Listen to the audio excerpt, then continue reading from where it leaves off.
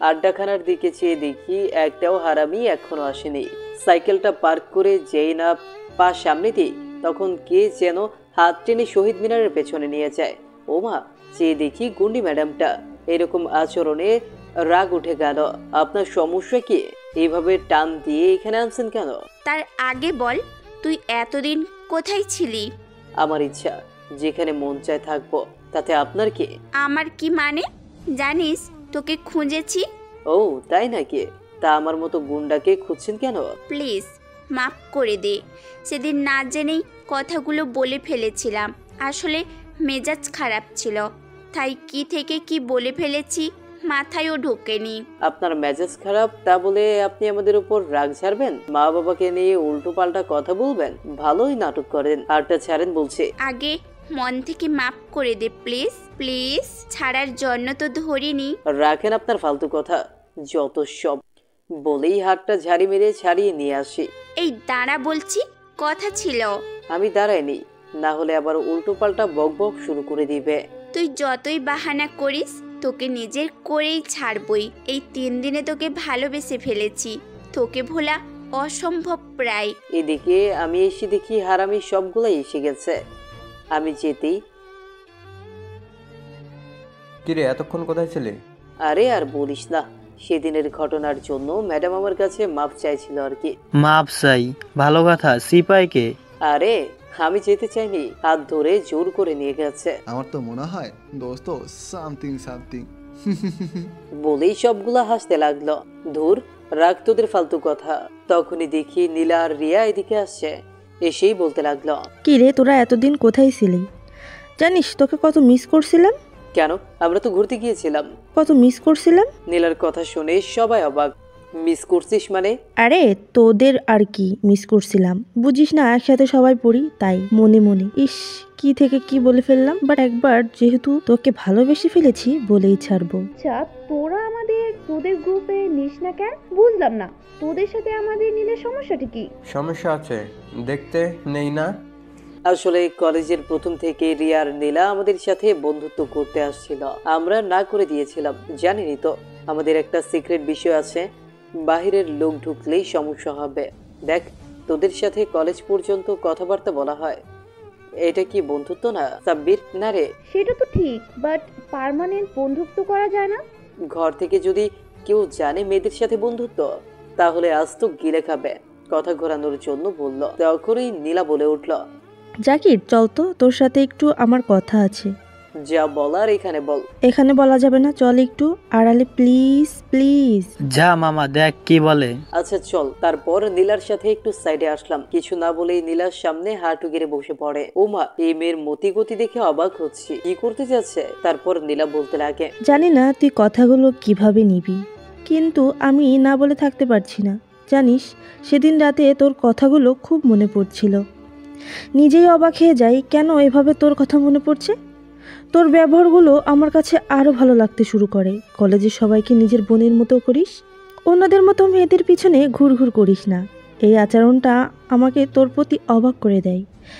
এভাবে দিন দিন কিভাবে যে মনের অজান্তে তোকে ভালোবেসে ফেললাম নিজেও জানি না। সিদ্ধান্ত নিয়েছিলাম এইসব প্রেম ভালোবাসায় জড়াবো না, কিন্তু তোকে ভালোবেসে পারলাম না। ভাবছিলাম এটা আমার আবেগ, কিন্তু জীবনের প্রথম ভালোবাসাটা কখনো আবেগ হয় না। চোখ বুঝলেই তোর চেহারাটা ভেসে ওঠে। তাই একটি কথাই বলতে চাই, I love you. Want you love me? এক নাগারে কথাগুলো বলে থামল। নীলার কথা শুনে অবাক। দেখে মনে হয় সত্যি আমাকে ভালোবাসে, কিন্তু ও জানে না আমি প্রথম দেখায় একজনকে ভালোবেসে ফেলি, সে আবার ক্লাসের ম্যাডাম। কিভাবে যে ওকে এখন বোঝাবো, ধুর, মাথায় ঢুকছে না। কি হলো, আমার উত্তর দে। দেখ নীলা, আমাকে বলতে না দিয়ে জড়িয়ে ধরে বলতে লাগলো, প্লিজ তুই না করিস না। আমি জানি তুই এখন বলবি আমাকে বোনের নজরে দেখিস, বিশ্বাস কর, সত্যি আমি তোকে অনেক ভালোবাসি। তখনই শুনি চরের শব্দ। ভাবছেন আমার গালে? আরে না, সে দেখি গুন্ডি ম্যাডাম নীলাকে ছাড়িয়ে 2 চর মারে। এই কলেজে কি প্রেমের জায়গা? লজ্জা করে না একটা ছেলেকে জড়িয়ে ধরে ভালোবাসার কথা বলতে? ম্যাডাম আমি। ওকে নাম বলতে দিয়ে ম্যাডামের কথা শুনে নীলা চোখের পানি মুছে সেখান থেকে চলে যায়। আপনি ওকে মারলেন কেন? আর আমার পেছনে আসতে না করার আপনি কে? আমি কে মানে? তোর পেছনে ঘুরলে ঠ্যাং ভেঙে দিব। আপনি ঠ্যাং ভাঙার কে? মনে মনে হাসি পাচ্ছে। আমি কে কয়েকদিন পরেই টের পাবি। হারামি বলে কি আমার জানটার পেছনে ঘুরবে আর আমি কি বসে বসে দেখবো নাকি? মনটা বলছে কুত্তাটার হাড্ডি গুড্ডি ভেঙে দেই।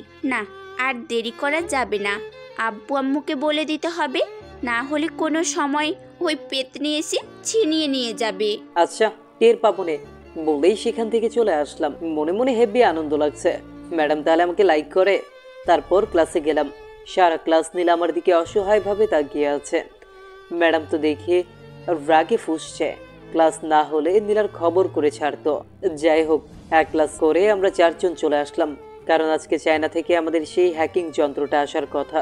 চাইনিজ উইচ্যাট সাইট থেকে অর্ডার দিয়েছিলাম। চায়নার গ্যাংটং প্রদেশ থেকে কুরিয়ার সার্ভিসে নিয়ে আসবে। কিছুক্ষণের মধ্যে সাব্বিরের বাড়ি চলে আসি। আমরা আসতেই একটা কালো গাড়ি এসে থামে। গাড়ি থেকে একজন চাইনিজ বের হলো, আমাদের হাতে যন্ত্রটা দিল। আমরাও 300 কোটি টাকা ওনাকে দিলাম। আপনারা আবার ভাইবেন না বাংলাদেশি টাকা চায়নায় কিভাবে চালাবে। আসলে চায়নার রিজার্ভ ব্যাংক থেকে টাকাগুলোকে চাইনিজ টাকা আর এমবিতে ট্রান্সফার করবে। চাইনিজের টাকাকে RM ইউএন বলা হয়। যাই হোক, আমরা যন্ত্রটা নিয়ে কাজে লেগে পড়ি। আসলে এটা একটা হার্ড ডিস্ক বা প্রসেসরের মতো। আমরা 4 জন মিলে কোডিং করে একটা অ্যাপ তৈরি করছি। এই অ্যাপে আমাদের সকল সিস্টেমে নিরাপত্তা দেওয়া হবে। কেউ আমাদের সিস্টেম হ্যাক করতে পারবে না। যদি কেউ করতে চায় উল্টো তাদের সিস্টেম হ্যাক করে ফেলবে। তার জন্য দামি একটা হার্ড ডিস্ক দরকার। তাই চায়না থেকে এটা আনা হয়।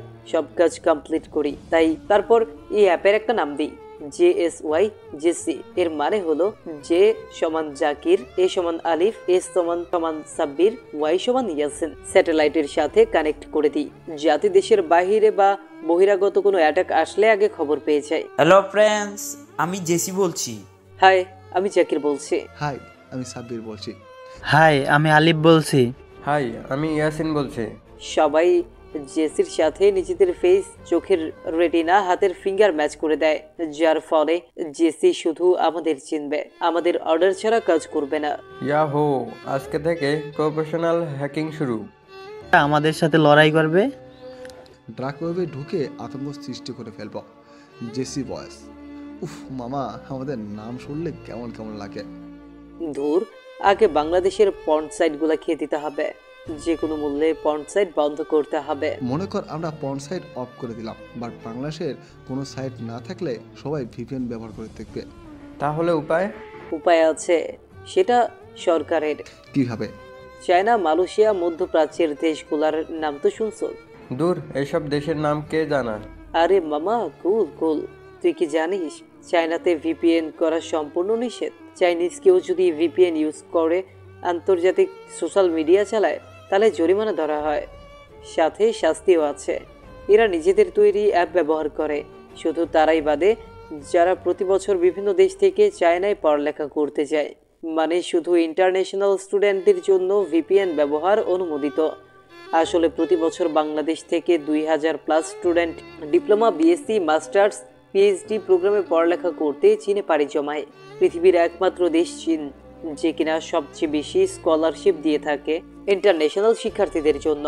যাদের স্বপ্ন স্কলারশিপ নিয়ে বিদেশে পড়ালেখা করার, তারা কিন্তু চীন টার্গেট করতে পারেন। বিশেষ করে যারা মধ্যবিত্ত, তাদের জন্য চীন হতে পারে বেস্ট চয়েস। বলে রাখি, SSCর পর থেকেই চায়নাতে পড়ালেখা করার জন্য যাওয়া যায়। দুঃখিত, আজ এরা বকবক করার জন্য, তাও চীন প্রসঙ্গে আসছে তাই বলে দিলাম আর কি। মালয়েশিয়া বা মধ্যপ্রাচ্যের দেশগুলোতে VPN ব্যবহারে ধরা খেলে ডাইরেক্ট জেল, সাথে আবার জরিমানাও আছে। ঠিক সেভাবেও বাংলাদেশে VPN ব্যবহার নিষিদ্ধ করতে হবে। ঠিক বলছিস, সরকার থেকে একদম VPN ব্যবহার করা নিষেধ করতে হবে। তাহলে এখন থেকে পর্ন সাইট, চটি গল্পের পেজ, গ্রুপ যা আছে সব জায়গায় এটা হবে। কঠোর আইন প্রয়োগ করতে হবে। চল কয়েকটা চটি গল্পের পেজ খেয়ে দিই। তারপর ফেসবুকের চটি পেজ আর গ্রুপগুলোতে 4 জন মিলে অ্যাটাকের পর অ্যাটাক চালাচ্ছি। এভাবে আধা ঘন্টার ভেতর 20টা চটি পেজ ব্যান্ড করে দিলাম। এখন থেকে শুরু হবে JSY নামক ফাইটারদের যুদ্ধ, তা আবার ভার্চুয়াল জগতে। খারাপদের কাছে হয়ে উঠবে এক আতঙ্কের নাম। মনটা খুশি লাগছে। সবাই মিলে একটা পার্টি দিই। প্রথম মিশন শুরু করলাম। এইভাবে মজা মাস্তি করে বাড়ি চলে আসি। বাড়ি আসতেই আম্মু বলতে থাকে, কি রে আজকে এত দেরি করলি কেন? আসলে আম্মু, কলেজ ছুটি হতে দেরি হয়েছিল। তখনই তৃষা বলে উঠল, দেরি হয়েছে না? আবার মারামারি করে আসছস? এই পেতনি তোকে। হয়েছে, আজ এরা চিল্লাচিল্লি না করে তাড়াতাড়ি রেডি হ। কেন, কোথাও যাবা নাকি? এক জায়গায় দাওয়াত আছে। কোথায়? তোর জন্য মেয়ে দেখতে যাব, ভাবি বানাতে যাচ্ছি। এই নে পেতনি বলেই তৃষাকে দিলাম একটা কিল। এক দৌড়ে ওয়াশরুমে, তারপর ফ্রেশ হয়ে বাইরে যাই। ওমা, গিয়ে দেখি আব্বু গাড়ি নিয়ে হাজির। তোমাদের রেডি হতে এত দেরি লাগে কেন? এদিকে রায়ান আমাকে ফোনের পর ফোন দিয়েই যাচ্ছে। সাথে কি আর দেরি করি? তোমার ছেলে কলেজ থেকে দেরি করে ফিরছে। আমরা যেতেই আব্বু বলল। তারপর গাড়িতে উঠে বসলাম। কিছুক্ষণ পর একটা বাড়ির সামনে এসে থামে। ওমা, তাকিয়ে দেখি প্রিন্সিপাল স্যারের বাড়ি। এখানে আসছি কেন এসব ভাবতে ভাবতে দরজায় গিয়ে কলিং বেল দিলাম। একজন মহিলা এসে দরজা খুলে দেয়। কিছু না বলেই আম্মুকে জড়িয়ে ধরে বলতে থাকে, কেমন আছিস নীলিমা? কতদিন পর দেখলাম। তুই কি কম হারামি? বিদেশ চলে গিয়ে আমাকে ভুলেই গিয়েছিস। কি করে তোকে ভুলি বল? ভাইজান আপনি কেমন? এই তো ভালোই। তুমি তো বিদেশ গিয়ে আমাদের ভুলেই গেছে। আরে না, ভুলে গেলে কি ওয়াদার কথা মনে থাকতো? যাই হোক নীলিমা, তোর ছেলে মাশাআল্লাহ অনেক বড় হয়ে গেছে। মেয়েটাও। তোর ছেলে ছোটবেলায় কত ফাজিল ছিল। আমি মনে মনে ভাবি, এরা কি আমাকে ফাজিল বলেই জানে না কে? এখনো ফাজিলের উস্তাদ। আজকে মনে হয় মান সম্মান খেয়ে দিবে। তারপর ভেতরে গিয়ে দেখি প্রিন্সিপাল আর একজন আঙ্কেল, সাথে ম্যাডাম। আঙ্কেলকে চিনি, আব্বুর সাথে কথা বলতে দেখতাম। আমরা যেতেই ভালো মন্দ জিজ্ঞেস করলো। ম্যাডাম দেখি আমার দিকে ফিরে চোখ টিপ মারে। কিছুই বুঝলাম না কি হচ্ছে এখানে। তখনই আমার ফোনটা বেজে ওঠে, তাই রিসিভ করার জন্য ছাদে চলে আসি। দেখি সাব্বির কল দিয়েছে। রিসিভ করে বললাম, কি হয়েছে বল। মামা, আলম সাহেবের টাকা রাখার ব্যাংকটা জেনে গিয়েছি। সব ইনফরমেশন আমার কাছে আছে। তাহলে সবাইরে জানায় দে, রাতেই অ্যাটাক হবে। আচ্ছা ওকে, রাখি এখন, এক জায়গায় আসছি। আসলে আলম সাহেব আমাদের শহরের মেয়র। সরকার থেকে শহরের বস্তির জন্য কয়েক কোটি টাকা ফান্ড আসে, বাট হালার পো তাদের টাকা মেরে দিয়েছে। সব কিছু খবর নিয়ে জানলাম এই টাকাগুলো পুবালি ব্যাংকে রাখছে। এটা শহরের কালো টাকা জমা রাখার ব্যাংক। যত রাজনৈতিক ব্যক্তিরা আছে সব বদমাইশগুলা এখানে টাকা রাখে। তাই রাতেই অ্যাটাক করার প্ল্যান করি, কারণ এইগুলা মেরে দিলে কোনো খবর ছাপা হবে না। যদি ছাপা হয় উল্টো এরাই ধরা খেয়ে যাবে। তারপর কল কেটে দিই। কল কেটে ঘুরে দেখি জাকিয়া ম্যাম আমার সামনে। ভয় পেয়ে গেলাম, কিছু শুনে ফেলেনি তো? কি রে, এতক্ষণ কার সাথে কথা বলছিলি? তা আপনাকে কেন বলবো? আমাকে বলবি না মানে? আমার দিকে এগিয়ে আসতে থাকে। কিছু না বলেই আমার ঠোঁটের সাথে ঠোঁট মিলিয়ে দেয়। পাক্কা 5 মিনিট লিপ কিস করে ছেড়ে দেয়। ছাড়া পেয়ে হাঁপাতে হাঁপাতে বললাম, এই এটা আপনি কি করলেন? বাবু রাগ করো না, বিয়ের পর কিসের সাইক্লোন শুরু করব। বিয়ে মানে? আমার আম্মু আর তোর আম্মু ছোটবেলা থেকে বান্ধবী ছিল। তারা নাকি কথা দিয়েছিল বড় হয়ে আমাদের এক করে দিবে। এতদিন আমরা বিদেশে ছিলাম, আমি শুধু চাকরির জন্য এখানে আসছিলাম। পরে জানতে পারি তোর সাথে আমার আগের থেকেই বিয়ে ঠিক। এই জন্যই তো বলি, আন্টি আম্মুকে চিনে কিভাবে? আমি যদি নারাজি হই এই বিয়েতে? তোকে আমি আগে থেকেই ভালোবেসে ফেলেছি। বিয়ে ঠিক না থাকলেও জোর করেই বিয়ে করতাম। এখন তো সুযোগ আরও বেশি। তাহলে ভাব, তুই বিয়ে না করে পারবি কিভাবে? না, আমি একজনকে ভালোবাসি। কি বললি? বলেই তেড়ে আসছে। আরে থামেন, আগে শুনবেন তো কে সে। কে? আর কেউ নয়, আমাদের ক্লাসের নতুন ম্যামকেই। ম্যাডাম আমার কথা শুনে জড়িয়ে ধরে বলতে থাকে, সত্যি? হ্যাঁ। তারপর খুলে বলি প্রথম দিনেই কিভাবে ক্রাশ খেয়েছিলাম। ইস, আমার বিশ্বাসই হচ্ছে না। এবার তো ছাড়েন। না ছাড়বো না, আগে একটা কিস দে। ভাবি আমি কিন্তু এখানে আছি, তৃষার কথা শুনে ম্যাম তাড়াতাড়ি ছেড়ে দিয়ে বলল, ফাজিল, তুই আসার সময় পেলি না? আমি কি জানতাম নাকি? যাই হোক ভাবি, এই হারামিটা না একটা মেয়েকে প্রেমপত্র দিয়েছিল, ওকে ইচ্ছা মতো দাও। কি? আরে থাম, আমাকে মার খাওয়ার জন্য বলছে। ঈশা, তুমি তো সেই দুষ্টু। জানো ভাবি, কুত্তাটা প্রতিদিন আমাকে মাইর দেয়, তাই তুমি একটু ওকে শায়েস্তা করো। দাঁড়া তুই পেতনি। তৃষা এক দৌড়ে নিচে চলে যায়। আমরাও চলে আসি নিচে। নিচে আসতেই আম্মু বলল, আমরা একটা সিদ্ধান্ত নিয়েছি। বলো। জানি কি বলবে, তাও বললাম। তোর সাথে আমার বান্ধবীর মেয়ের বিয়ে ঠিক করেছি। শুনছি ও নাকি তোর ম্যাডাম। এখন তুই কি রাজি? তোমরা যা বলো তাই করো, আমি রাজি। বাহ, তুই এত ভদ্র হলি কবে? তুমি কি বলো হে আমার ছেলেকে? আরে মজা করছিলাম আর কি।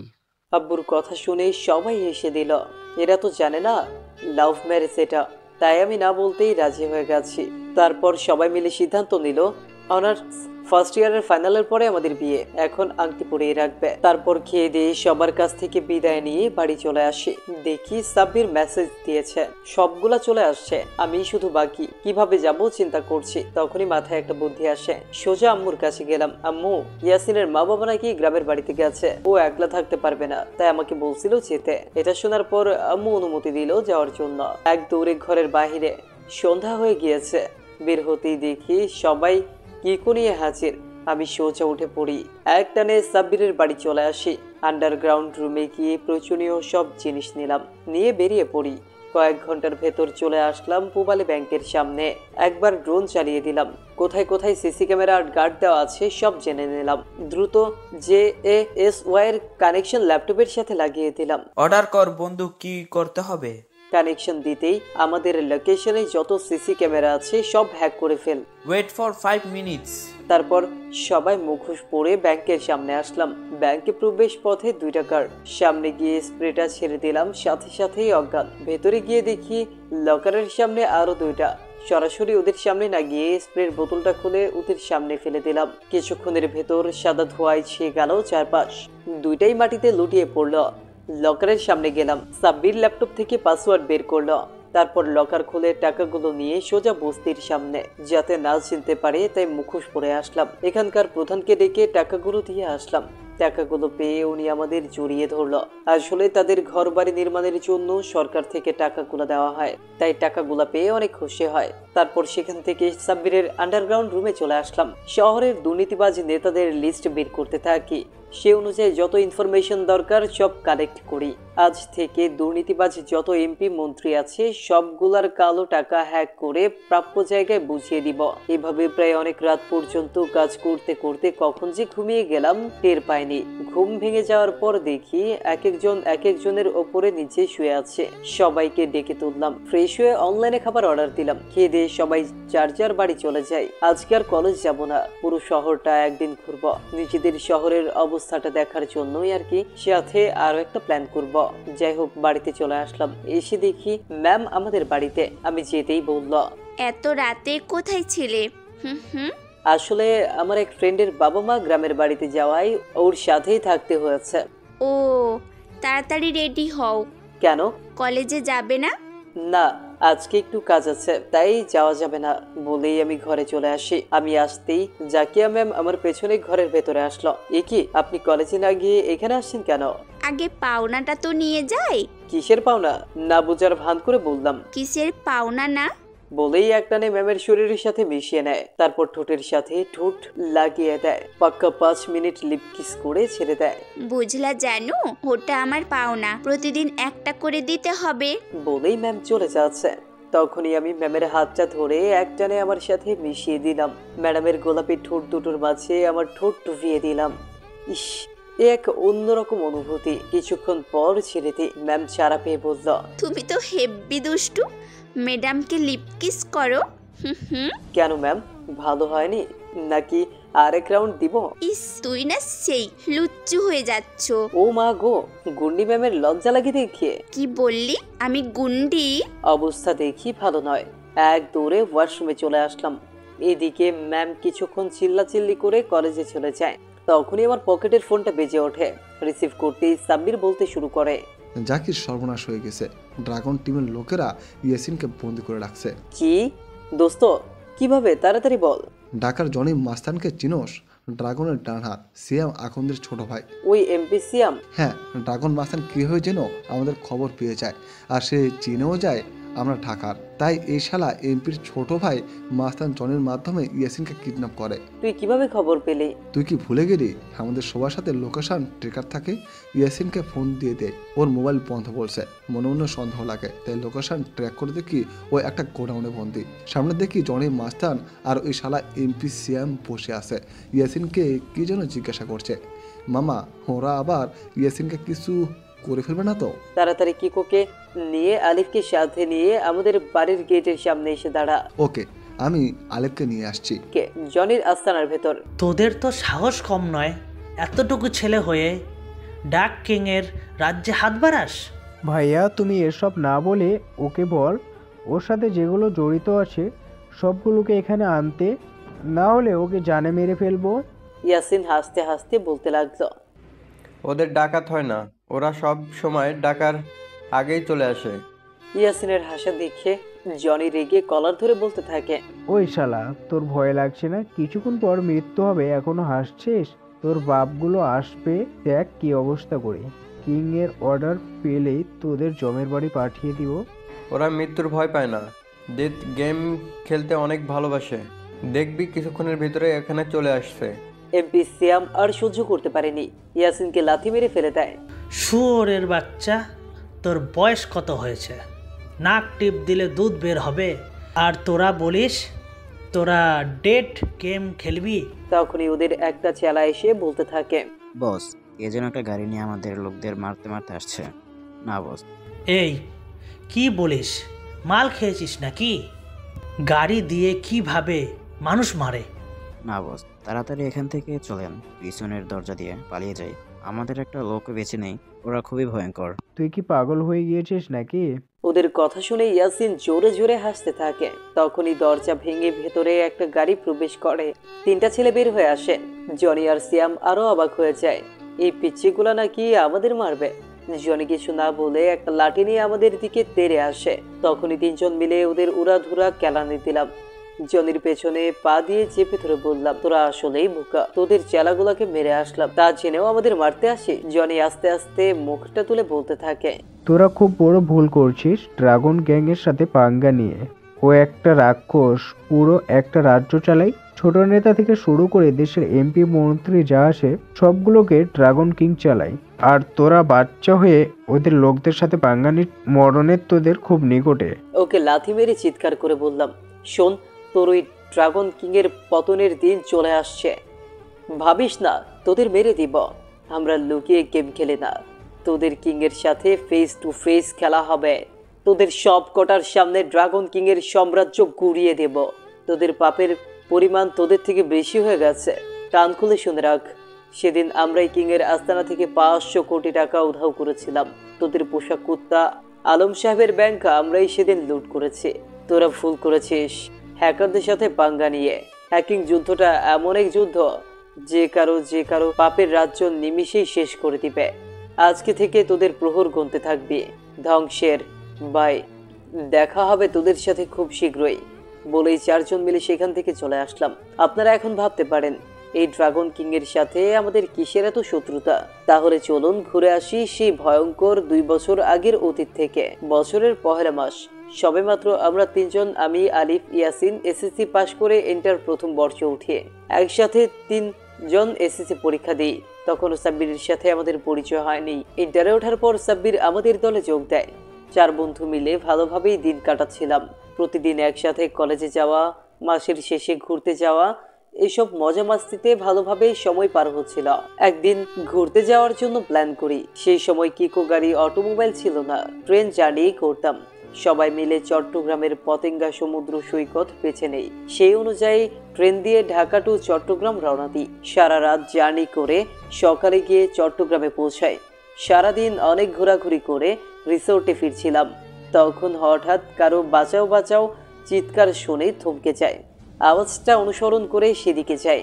কয়েকজন গুন্ডা টাইপের লোক একটা মেয়েকে জোর করে হোটেলের দিকে নিয়ে যাচ্ছে। আমরা ওদের পিছু নেই। যেতে যেতে একটা হোটেলের সামনে গিয়ে থামে। মেয়েটাকে হোটেলে ঢুকিয়ে দিয়ে গুন্ডাগুলো পেছনে ফিরতেই আমাদের দেখে। আমাদের কোন লোকটা হাসতে হাসতে, কি রে বাচ্চারা, তোরা এখানে কি করিস? ড্রাগস লাগবে নাকি? ওই মাল আমাদের কিং পছন্দ করেছে, তাই ওকে ধরে আনছি। বসের প্রতিদিন একটা করে মেয়ে ভোগ করতে হয়, না হলে ঘুম আসে না। তোরা এখান থেকে চলে যা, আর কিছুক্ষণ পর বস চলে আসবে। তোদের দেখলে জমের বাড়ি পাঠিয়ে দিবে। একটা মেয়েকে রেপ হতে দিতে পারে না, আমরা এখনই পুলিশকে ইনফর্ম করব। বলে। এই কথা শুনেই সবগুলো বিকট হাসি হাসতে থাকে। একজন বলল, এই পিচ্ছি, তুই জানিস কে এই বস? পুরা চট্টগ্রাম শহরের অপরাধ জগতের কিং ড্রাগন। এমপি মন্ত্রী পর্যন্ত বসের ভয়ে পায়ে পড়ে, আর পুলিশ কিংয়ের জুতা নিয়ে হাঁটে। কারা তোদের এখানেই আমরা জমের বাড়ি পাঠিয়ে দিই। থানা যাওয়ার দরকার নেই, 4টা উপরে গিয়ে ভালো থাকিস। বলেই একটা ছুরি বের করে আমাদের দিকে এগিয়ে আসতে থাকে। ছুরি দেখে 4 জনের অবস্থা খারাপ। দৌড়ে সেখান থেকে চলে আসি। হাঁপাতে হাঁপাতে কোনো মতে রিসোর্টে উঠলাম। কেউ কোনো কথা বলছে না। তখন আমি বললাম, কে ড্রাগন রে? তাহলে সাংঘাতিক ব্যাপার। আচ্ছা, আমরা ওকে ধরার চেষ্টা করতে পারি। মজা করে বললাম। আচ্ছা, এখন বাজে কয়টা? ঢাকার ট্রেন তাহলে পাবো 6:30-এ। ঢাকার উদ্দেশ্যে কর্ণফুলীর ট্রেন ছাড়ে।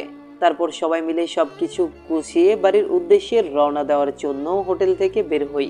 বের হতেই কিছু মানুষকে দেখলাম একসাথে গোল হয়ে কি যেন দেখছে। আমরাও গেলাম।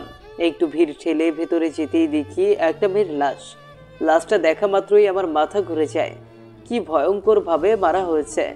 ভালো করে দেখে অবাক, এটা তো সেই মেয়েটা গুন্ডাগুলো ধরে নিয়ে গেছিল। তার মানে ধর্ষণ করে মারা হয়েছে। কোনো মতে নিজেকে ঠিক করি। আলিফ আর ইয়াসিন মুহূর্তেই অজ্ঞান হয়ে যায়। এরকম ভয়ানক লাশ দেখে সেদিন কোনো মতে বাড়ি ফিরে আসি। চোখ বুঝতেই লাশটা চোখের সামনে ভেসে ওঠে। ফোন দিয়ে দেখি সবারই একই অবস্থা। সবাই আড্ডাখানায় জমা হই। মেইন উদ্দেশ্য ছিল এই টপিকটা নিয়ে আলোচনা করা। গিয়ে দেখি সবাই উপস্থিত। আমি গিয়ে বললাম, আমাদের কিছু করা দরকার, নালে ওই নরপশুটা না জানি আরো কত মেয়ের প্রাণ নেয়। আমি কোথায় যেন এই নামটা শুনেছিলাম, ঠিক মনে পড়ছে বলেই সাব্বির চমকিত হলো। কি? তখন আমি আব্বু আম্মুর সাথে লন্ডনে ছিলাম। একদিন আন্তর্জাতিক অপরাধ বিষয়ে একটা আর্টিকেল পড়েছি। হঠাৎ বাংলাদেশ নিয়ে একটা লেখা দেখা চোখে আটকে যায়। হেডলাইনটা ছিল, দক্ষিণ এশিয়ার মধ্যে অপরাধ জগতের শীর্ষ সন্ত্রাস ড্রাগন কিং। নারী পাচার থেকে শুরু কালোবাজারি, ড্রাগ সাপ্লাই, সব ধরনের অপরাধে জড়িত। কৌতূহলবশত পড়তে শুরু করি। যা জানলাম শুনে অবাক হয়ে যায়। এই তথ্য প্রযুক্তির উন্নয়ন হয়েছে, তবুও নাকি ওকে ধরা সম্ভব হচ্ছে না। এখনও পর্যন্ত দেশের আর্মি ফোর্স ওর পিছনে লেগে আছে, কিন্তু ধরতে পারছে না। দেখ, এটা তুই মজা করে বলছিস, কিন্তু একটা জিনিস করে কিন্তু ওকে ধরা সম্ভব। এই কথা বলিস না। আজ একটু চিন্তা করে দেখতো, ওই মেয়েটার জায়গায় আমার বা তোদের বোন যদি থাকতো, যত বড়ই ভয়ঙ্কর মাফিয়া হোক না কেন, প্রতিশোধের জন্য কিছু না কিছু তো করতাম। কি বলতে চাইছিস তুই? কারণ ওর সঠিক কোনো তথ্য পাওয়া যাচ্ছে না। কোথায় থাকে, কোথা থেকে ওর সাম্রাজ্য পরিচালনা করছে, এইসব আমাদের দেশের আর্মি বা পুলিশ কেউই পাচ্ছে না, তাই ওকে ধরতেও পারছে না। ইয়াসিন, তোর মামানা আর্মির মেজর। আমরা আমাদের লক্ষ্য পূরণ করতে পারলে তুই তোর মামার সাহায্য নিতে পারবি না? রাখ তোর ফালতু কথা। হাজার হাজার সরকারি মিশন চালানো হচ্ছে ওকে তাড়ানোর জন্য, আর আমরা নাকি ওর পিছনে লাগবো? এত তাড়াতাড়ি মরার শখ নেই। তারপর 4 জন মিলে হাতের ওপর হাত রেখে শপথ করি, যে কোনো মূল্যে ড্রাগন কিংকে ধরবো। তারপর শুরু করলাম আমাদের কাজ। এভাবে হ্যাকিং শিখতে শিখতে প্রায় 2টা বছর লাগে। শুনলেন তো সেই অতীত। অনেক দিন পরিকল্পনা করে ওর সব ইনফরমেশন পেয়ে যাই, কোথায় কোথায় ওর গ্যাং ছড়িয়ে আছে, কারা কারা ওর সাথে জড়িয়ে আছে। এখন শুধু পরিকল্পনা মাফিক ওকে ধরব। জনির গোডাউন থেকে সোজা ইয়াসিনের মামার বাসায় আসলাম। Army major general Kamrul Hasan, ওনার সাথে আমরা একটা প্ল্যান করি। কি প্ল্যান ড্রাগনকে ধরার সময় জেনে যাবেন। তারপর সব কিছু করে বাসায় চলে আসলাম। আস্তে আস্তে সন্ধ্যা নেমে যায়। তারপর খেয়ে দিয়ে কিছুক্ষণ পড়াশোনা করে ঘুমিয়ে যায়। পরীক্ষা চলে আসছে, তাই এখন তো একটু পড়াশোনা করা দরকার। সকালে ঘুমোচ্ছে, হঠাৎ বুকের ওপর ভারী কিছু অনুভব করি। তাকিয়ে দেখি ম্যাডাম পুরো বাচ্চাদের মতো হাত পা ছড়িয়ে শুয়ে আছে। দেখতে যা কিউট লাগছে, একটা পাপ্পি না দিয়ে পারলাম না। কিস করার সাথে সাথে ম্যাডাম আমার উপর উঠে বসে, তারপর বলল, তুমি না দিন দিন হেব্বি পুংঠা হয়ে যাচ্ছ, খালি সুযোগ পেলেই কিস করে ফেলো। এখন দেখো কি করি, বলেই মুখটা এগিয়ে আনছে। আমি সাথে সাথে আটকে দিলাম, আরে দাঁত ব্রাশ করি নাই। রাখ তোর দাঁত ব্রাশ, আমাকে কিস করতে দে। দেখছেন কেমন লুইচ্চা, দাঁত ব্রাশ করছি না তাও কিস করতে আসে। ধাক্কা দিয়ে বিছানার এক সাইডে ফেলে দিয়ে এক দৌড়ে ওয়াশরুমে দরজাটা লাগিয়ে দিই, না হলে যে লজ্জা এখানেও চলে আসবে। ম্যাডাম দরজা ধাক্কাচ্ছে। এই বদমাস, দরজা খোল, আমাকে আগে কিস দিলি কেন? আমি এদিকে ফ্রেশ হচ্ছে, ম্যাডাম দরজায় ধাক্কাচ্ছে। ফ্রেশ হয়ে টাওয়েলটা পরতেই মনে পড়ে খাই সেরে প্যান্ট শার্ট আনি নাই। এখন কি করি? দরজার কাছে গিয়ে দেখি বাহির থেকে লাগানো। ম্যাডাম মনে হয় লাগিয়ে দিছে। চিল্লাচিল্লি শুরু করলাম। আমার চিল্লানি শুনে ম্যাম বলতে লাগলো, এটাই তোর শাস্তি, আমাকে ভেতরে না ঢুকতে দেওয়া। না দিমু না। এখন কি করবি? সুন্দরভাবে একটা কিস করতে দে, না হলে